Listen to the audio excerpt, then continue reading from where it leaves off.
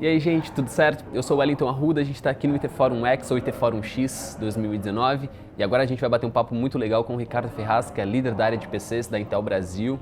Certo? Certo, Ricardo? É isso. Muitíssimo obrigado por bater esse papo aqui com a gente, cara. Prazer é meu. Não, olha só, a primeira pergunta, quer dizer, eu vou só falar um pouquinho, adiantar um pouquinho, né? Videogame e sociedade. Eu acho que muitas coisas estão ligadas entre a sociedade e a tecnologia, mas os videogames eles também estão muito interligados. Não só o console em si, mas também o game, né? E o game, ele se apropria de tanta forma, por exemplo, a gente tem um game de celular, a gente tem um game portátil da época do Game Boy, aí depois vem, sei lá, o PlayStation Vita, o PSP, agora o Nintendo Switch, aí tem os consoles normais da PlayStation, da Sony no caso, né, do Xbox, da Microsoft, mas os computadores eles têm uma força tão grande, cara, porque eu lembro que quando eu era criança eu jogava no computador e o meu computador parecia que ele ia explodir a qualquer momento. Mas eu tenho certeza que tem muito moleque que na minha idade também começou a jogar no computador que não era tão bom, só que hoje tem esse boom. O que aconteceu? Não foi do nada, eu sei que não foi do nada, mas o que aconteceu para esse acesso se tornar mais democrático? É muito interessante sua pergunta, porque você imagina o seguinte, quando eu era criança, comecei a jogar com Atari, né? Mas era um negócio de nicho. E agora não, agora esse negócio se transformou, existem empresas não endêmicas, né? O que são isso? São empresas que não estão dentro do ecossistema de gaming, que já abraçaram, que já estão engajadas. Vou dar um exemplo, canais de televisão abertos. Sim, né? sim. Você tem fabricantes de barbeadores, enfim, várias empresas que não são do setor que abraçaram isso. Por quê? Porque esse mercado não é mais um mercado de nicho. Não, e criou-se uma especialização, por exemplo, a gente não vê mais o teclado normal, o teclado convencional, o mouse convencional. Tem todo o mercado ali que transformou para o público gamer. Você né? tem os flavors, na verdade jogos, por exemplo, né? Você não tem só os jogos de tiro, você tem jogos para todos os tipos de pessoas, todas as idades, né? Então a cauda longa, você tem uma cauda longa gigantesca de jogos. E o que tem popularizado muito isso são os esportes, são os esportes eletrônicos, né? E a gente da Intel, a gente já está há mais de 13 anos nessa estrada. A Intel, desculpa, vai estar nas Olimpíadas de Tóquio com um monte de tecnologia. Exato, agora em 2020. Exatamente. E a gente tem um dos maiores torneios do mundo de esportes faz 13 anos. Em 2007 a gente lançou o Intel Extreme Masters, que está até hoje aí. Edições, todo ano uma nova edição. E o interessante disso é que o brasileiro é um dos públicos que mais está engajado, que mais assiste. Quando você olha no ranking dos países que mais assistem os esportes eletrônicos, o Brasil é um dos primeiros. Caramba, que legal. Tem a terceira maior comunidade de fãs de esportes do mundo. Você pensar no Brasil, são mais de 20 milhões de pessoas que assistem esportes em streaming ou vão em campeonatos, em estádios. Nossa, dá nem pra mais de chegar 20 perto do milhões. nicho que era, né? Pois é, quase que 10% da população. Então, assim, é muita coisa realmente, não é mais um nicho. De gamers no Brasil, a gente está falando, se você somar tudo que você falou, né? Os consoles, os smartphones e os PCs, a gente fala na faixa de 80 milhões de pessoas que de alguma forma jogam algum tipo de jogo. Né? Desses, 40 milhões mais ou menos jogam no PC, que é onde você tem, como você estava comentando, é onde você tem a melhor experiência de jogo hoje. E por que a gente tem uma experiência mais abrangente no PC, como você fala? Você tem.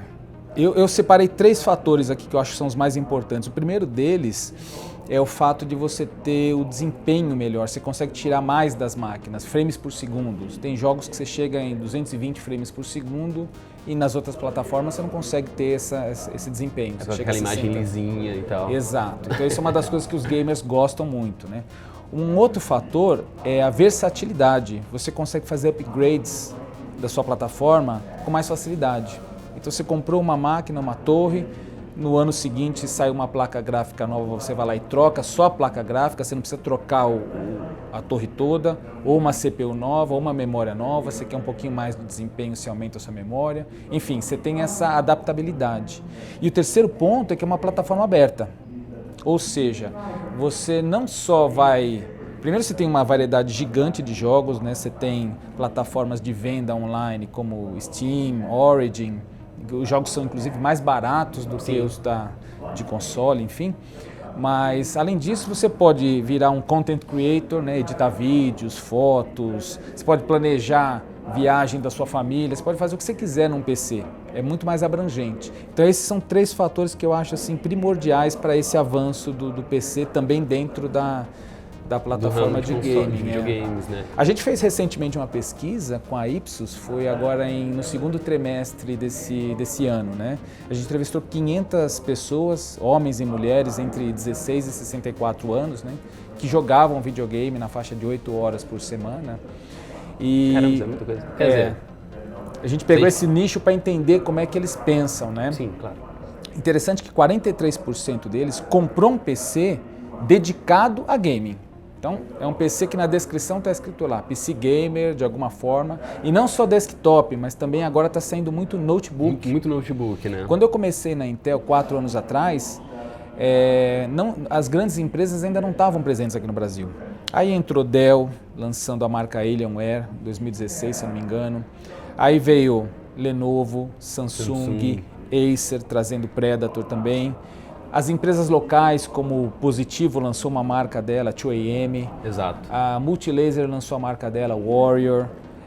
Não sei se você conhece uma empresa chamada Global K, que acabou de trazer a marca Main Gear para o Brasil. Dentre outras várias empresas, todo mundo abraçou.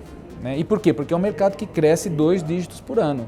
E é um mercado que não tem como você falar, ano que vem vai dar uma estagnada. Talvez ele não evolua tanto, mas ele vai continuar em crescimento. É um dos que mais cresce e, como eu te falei, o Brasil é um dos países em que essa audiência é mais apaixonada, é mais fanática. Né? E o brasileiro é criativo. Vou dar um exemplo aqui meio esdrúxulo do GTA San Andreas. O que a gente vê de mod de GTA San Andreas, a galera colocando o Sonic correndo ali. É muito criativo. Coloca o baú das Casas Bahia, o caminhão das Casas Bahia no meio do... Não, o brasileiro é muito criativo. E uma outra coisa interessante é que a gente cria, fazendo o link com a questão cultural, você tem os novos, as crianças, eu tenho filhos pequenos, o sonho deles é virar um player, um pro player quando crescer. Eles jogam... se deixar, fica o dia inteiro jogando. E aí é diferente daquela visão que se tinha no passado. Hoje em dia não. Hoje em dia esses caras podem virar... Isso pode virar uma profissão. Eles se espelham em caras como o Fallen, o Kami, que são os novos Messi, Cristiano Ronaldo. Não, pra garotada é incrível, né? Até porque, por exemplo, pega esses campeonatos de LoL, por exemplo. É só um dos exemplos, tá bom? Tem muitos outros campeonatos, tem de CSGO, etc. Exato. Mas você pega um campeonato grande, a galera tem gente que chega a ganhar $1 milhão.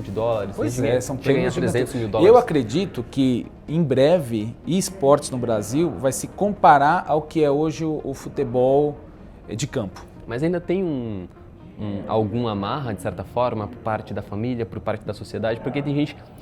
eu lembro que alguns professores já me fizeram essa piada, né? Tipo, que já perguntaram para eles, coisas do tipo, você só dá aula ou você trabalha também? Sabe? Isso é horrível você perguntar para um professor. Aí você pergunta para um gamer que é profissional, tipo, você só joga ou você trabalha? Eu acho que, graças a Deus, isso está sendo quebrado. Isso está mudando muito, né? E o fato é esse que você comentou, né? Os valores das recompensas aí de campeonatos são gigantescos, são maiores do que campeonatos de vôlei, de basquete, enfim. Isso está mudando e para melhor, eu acredito. A gente está quebrando várias barreiras nesse meio do caminho, né? Vários preconceitos estão caindo. E eu espero que continue crescendo, que esse mercado continue crescendo. A gente trabalha muito para isso, a gente trabalha para desmistificar essa questão. Dentro da Intel a gente tem muitos programas nesse sentido, né?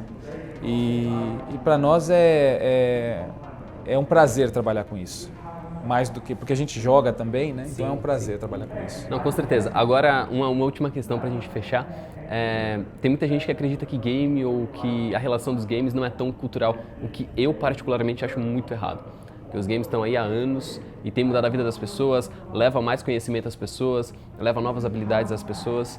E dá pra gente falar, game é hoje tão intrínseco quanto um livro, quanto um filme? Dá pra gente traçar esse paralelo? Sim, gente, com certeza. Eu penso da mesma forma que você em relação a isso. E para mim, eu incentivo meus filhos a jogarem, por exemplo, porque eu sei que eu estou estimulando eles em várias áreas de uma forma mais rápida. Com o game você consegue não só melhorar as habilidades do jogo em si, mas você transmite muito mais do que só o jogo em si. Exato, até porque quebra aquela coisa, né, de que a relação que algumas pessoas, uma parte da sociedade, leva dos games à violência, e não é... Isso não tem nada a ver, já foi provado, existem estudos que mostram Exato. que não tem nada a ver isso. Eu acho que é mais uma questão de tirar essas amarras, tirar esse preconceito, né, de certa Exato. forma. E a gente está trabalhando para isso, vai vir coisa boa aí para frente. Nesse momento trabalhando em coisas assim, nesse Fiquei sentido. de olho na Intel, hein?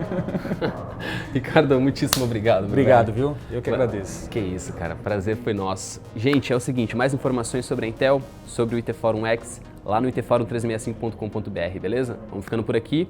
Continua ligado, se inscreve no canal que tem muito vídeo vindo por aí sobre a feira. É isso aí. Valeu.